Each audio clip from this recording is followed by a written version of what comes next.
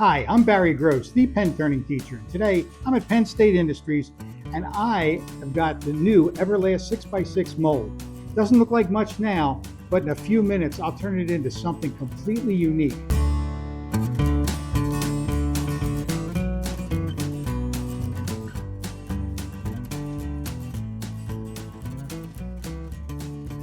Here's what I'm using to create molds just like this. I've got my pressure pot here. We've got your alumalite. We have the alumalite release agent, okay, the spray. We have the eye candy pigments, eye candy paste. You're going to need cups, stirrers, just like this. And importantly, we've got our 6x6 mold, okay? This is made from heavy duty HDPE, so it's tough enough for years of use. So this really will last a long time. This is going to be a 4-color pour. So what I'm going to do is I'm going to start with some of these. Now these eye candy pigments are ultra concentrated for bold lasting color. You can use the powders for shimmers, okay, and the paste is really concentrated. So what I'm going to do is I'm going to turn my scale on, set this up, I'm going to tare it, make sure it's zeroed, and now I'm going to take just a drop of the paste, and I'm going to show you that. It does not take much of this stuff at all. I mean, just a little dip like this, when we pour in the alumalite, is really going to make it turn white. Now, if I want it clear, I'm just going to leave it like this, but I want to put some other color to it. So I'm going to add a little bit of the white powder for it as well. I'm going to put 3 grams in, and I'm weighing that on the scale. And there we go, 3.1. That's not going to hurt anything. All right, so we've got that ready to go.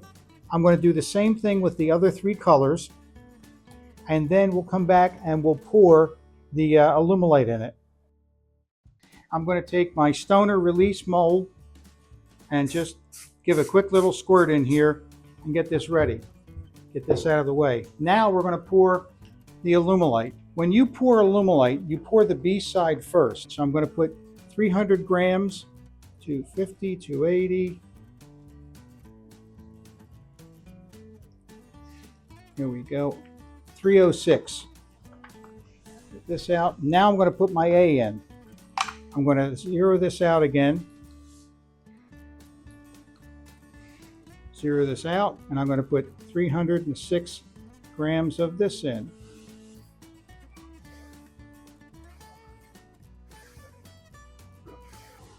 Okay.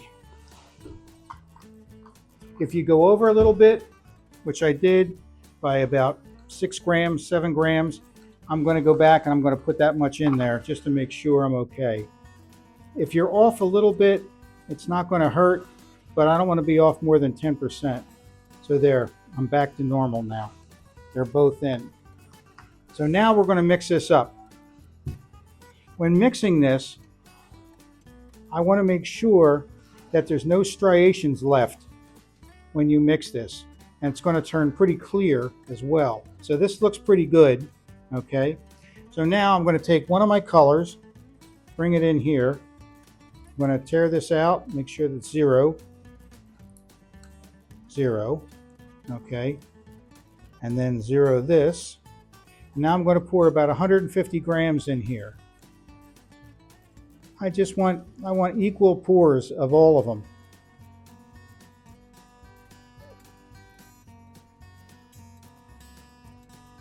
So there's about 150 grams of that one.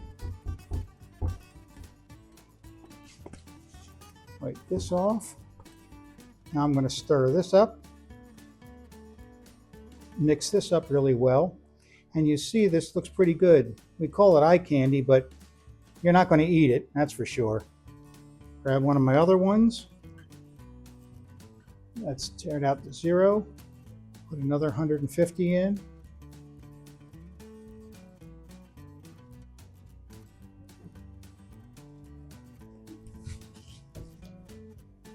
Stir this up. And so now let's start to pour this. I already sprayed it.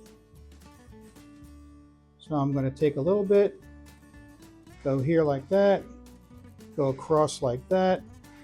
This is where we get messy. Come in like that.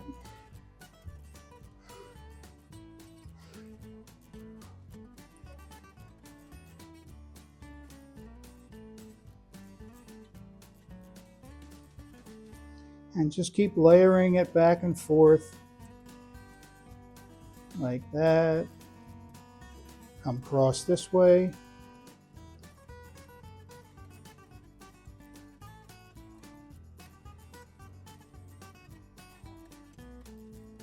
And I want to do it slowly like this. I don't want to just flop it in and then it'll just mix together and you won't see any separation of color. I'm just going to take this guy and just do this. Just swirl it like that. You don't want to mix it. You don't want to go crazy and mix it. You just want to swirl it just like that. Now, I've got the pressure pot. I'm going to set that in my pot carefully. Just like that.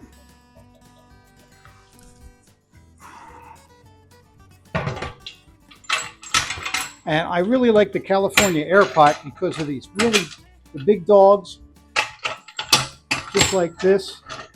They really lock down nicely. Tighten this up. Turn my air on. Slowly let it come in.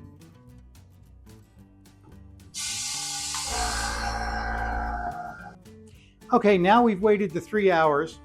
And we're going to release the pressure and then we're going to take it out and see what we've got.